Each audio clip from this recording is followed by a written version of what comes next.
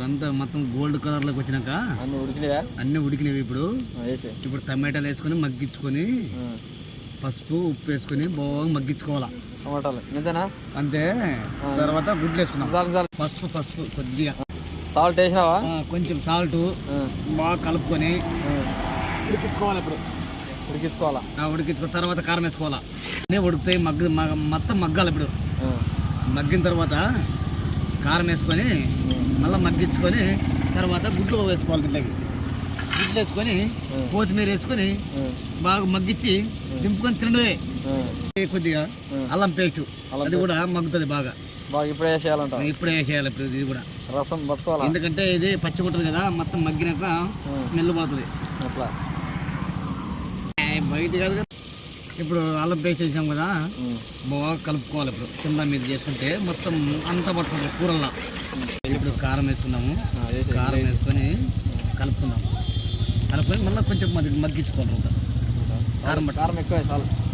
ఇప్పుడు కలిపి తెలుస్తుంది. కలుపు బాగా. ఏం అట్లా కలుపుతున్నావు? ఇట్లా కలుపుతా మనం పట్టకి లేదు ఇక్కడ.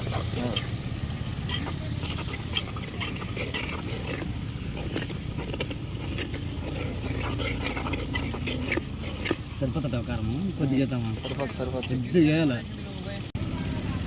ఇప్పుడు కొద్దిమీర వేసినా కొంచెం కలుపుకొని లైట్గా కలుపుకొని మూత పెట్టుకోవాలి. మూత కొద్దిగా పెట్టేసి అన్ని వేసుకోవాలా. ఎట్లా వేసుకోవాలా? ఇట్లా వేసుకొని అన్ని ఒకటే పని వేసుకుని వస్తుంది. ఒకటి పలగొట్టాలా. ఒకటి పలగొట్టుకొని ఇట్లా గుడ్లు చేసుకుంటే రెడీగా ఒకటే పని వేసుకుని వస్తుంది అనమాట. మగ్గింది. ఇప్పుడు గుడ్లు పోస్తున్నాము, పలగొట్టిన గుడ్లు ఇప్పుడు పోసుకుందాం దీంట్లో కూరలకి. మొత్తం సరిపోతుంది.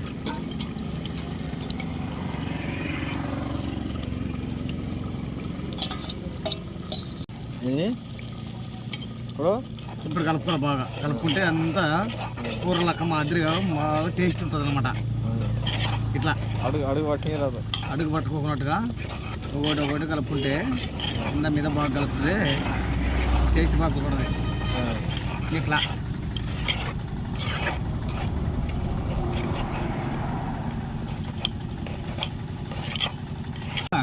ఇప్పుడు ఒక 5 నిమిషాలు మూత పెట్టుకుందాము, మళ్ళీ కలుపుకుందాము. ఇప్పుడు బాగా కింద మీద కలుపుకుందాం.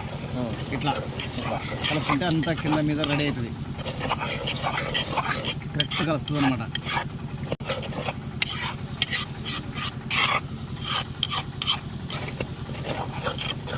ఇంకొక బాగా 5 నిమిషాలు ఉడికితే దింపడమే. ఇంకా